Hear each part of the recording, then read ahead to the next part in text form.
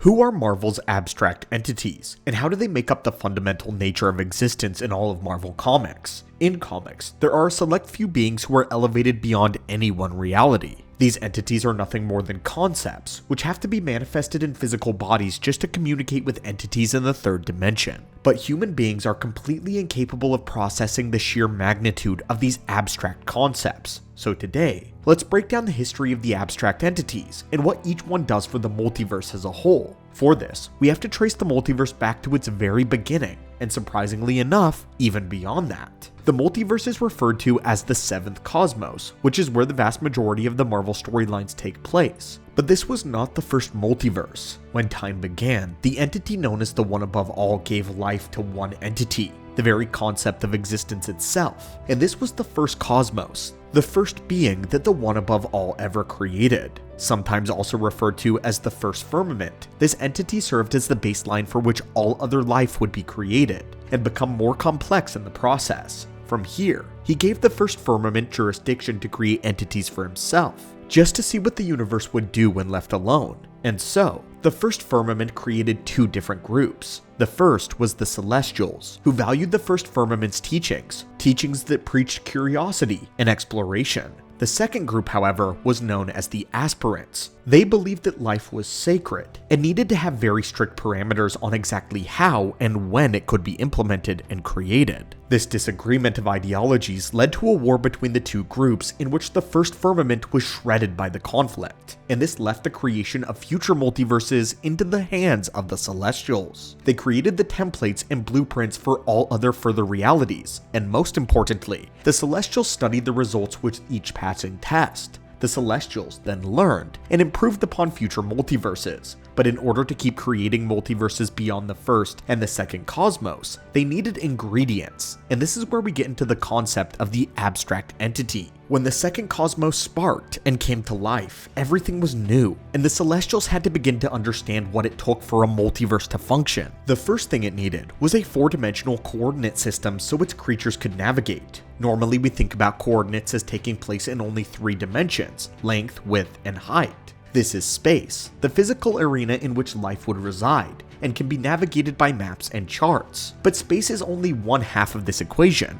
By itself, space means little. Because there is space, there must also be time. Time is the fourth piece of the coordinate system, and the only one that binds most mere mortals. And although plenty of individuals in Marvel Comics have figured out how to break free of the constraints of time before, that didn't come about until later. These concepts would be embodied by two halves of what it meant to exist, that being eternity and infinity.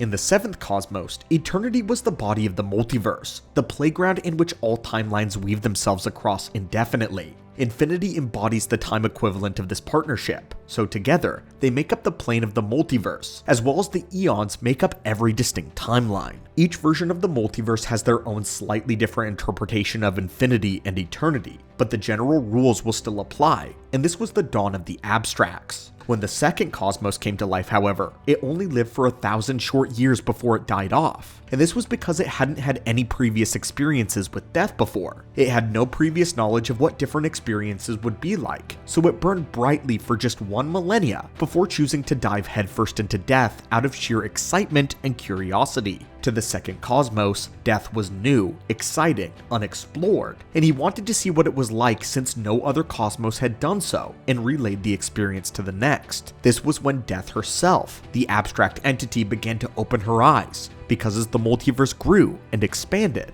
they were all built to support life. And where there is life, there must also reside death. In some depictions, death has been the mainstay of every multiverse since the fall of the second cosmos, and she holds a special place among the abstracts. When a multiverse is done, it goes to a domain known as the far shore. This is also where entities who were once embodiments of the multiverse also end up. Eternity's predecessors, the second cosmos all the way through the sixth cosmos, find themselves here on the far shore. But unlike the first firmament, these entities were designed to age. The Celestials decided that everything within the multiverse should have a natural life cycle, making sure that reality continued to grow and evolve. But they also applied this logic to the multiverse itself. They built death into the very bones of every multiverse, meaning that everything, short of perhaps the One Above All, is capable of experiencing death. death is not bound by eternity, but eternity is bound by death. During the ages of the cosmos, eternity himself had several children.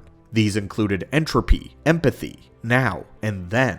But for this video, we'll be specifically focusing on his siblings, and may discuss his children another day. In addition, 2 more entities were needed to forge the lifeblood of the multiverse into what it became, the beings known as Master Order and Lord Chaos, the 2 appropriately named for their control over law, and the other's control over anarchy, the forces which drive all motivations within the multiverse. Eternity and infinity allow the flow of time to happen through a physical space, but everything that happens within that space falls under the jurisdiction of either order or chaos. The motives and actions of every character to ever exist within the pages of Marvel has been driven to do what they do by either order or chaos. This difference incites conflict, and this conflict in turn incites evolution, which is exactly what the Celestials are after. Their grand plan is evolution.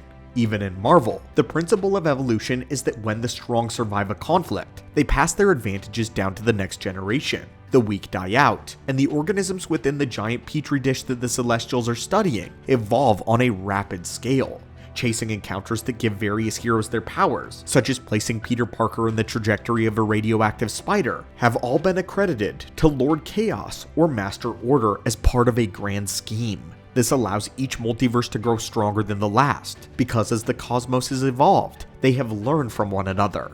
Each multiverse is more advanced, their predecessors faced hardship, taught them lessons, and then they grew. These entities, however, all have one thing in common, and that is the fact that we alluded to earlier. Each of them, no matter how primordial, is bound by death, and we have seen some of them die before. During the dawn of the second cosmos, the Celestials created a group of helpers known as the Omegas, designed to do tasks for them. They were in charge of policing future multiverses, but the Celestials made sure that they had an outside perspective of everything in existence. This race, however, is where we eventually get the Beyonders, those who existed beyond the bounds of the multiverse. When the Beyonders began to attack the multiverse with a series of incursions, though, the abstract entities would step in.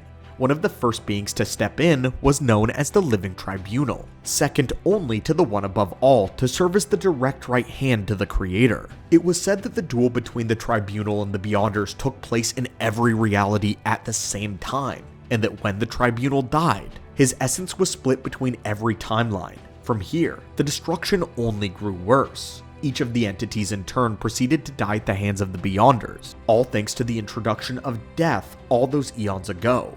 When the 8th cosmos was reconstructed by Reed and Franklin Richards, though, some changes were made. In order to maintain balance, principal abstracts were broken into pairs, which needed each other to survive, ensuring that neither would gain more power than the other. This is why Lord Chaos and Master Order have the relationship that they do, and was a new description for the relationship between eternity and infinity. Agatha all along seems to be settling up Rhea Vidal as death, and we saw that eternity had a personification in Thor: Love and Thunder. Even though this was not eternity in his entirety, it does mark the first time that he was given a form rather than just being alluded to. We also note that there are several references to the Living Tribunal, as well as a statue of work depicting other abstract entities, so it seems like little by little, they are taking shape in the MCU as we know it. With the death of the multiverse around the corner with Secret Wars, we will have to wait to see how many of these entities show up before this point, and how many, if any, will join in the fight against Doom and the creation of Battleworld. But anyway, friends, what do you think of the abstract entities of Marvel Comics? And what other abstract entities would you like to see in the MCU going forward? And how should they be handled? As always, my friends, hit that subscribe button for more, and have a great day.